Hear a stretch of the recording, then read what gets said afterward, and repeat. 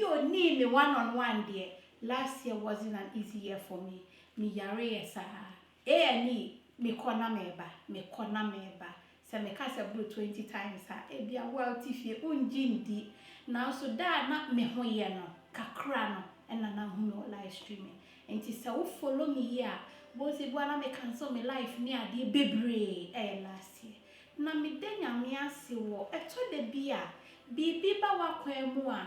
Enye se wo yare ana bibi boni bia ba wakwan ma ne fi bonsam no sometimes onyankopon pese onya attention osan a refresh bibi a wagya to ho a owo kwan bebra ofa so a oni ni pakasa enti de mpesa me di show kwan ne se even in your difficult moment no ma wani nda nyame so na bu se rade ebra me wo mi minim se den ma me de na so wo bibi ka kire me wo adwuma bi de me ya sa bri mu a mintumi sorry mintumi nkeka me ho nipa hwe me bia ye dware o bia ye pagya o ene a don't we nya de oye in that very moment no so ye kom na mampai bodi wani mu a ni nyame ka kire wo no beti mesira wa nia wo dia eto wani so a bia 5 years ni 10 years ni 20 years eya wo se enya possible no with God all things are possible.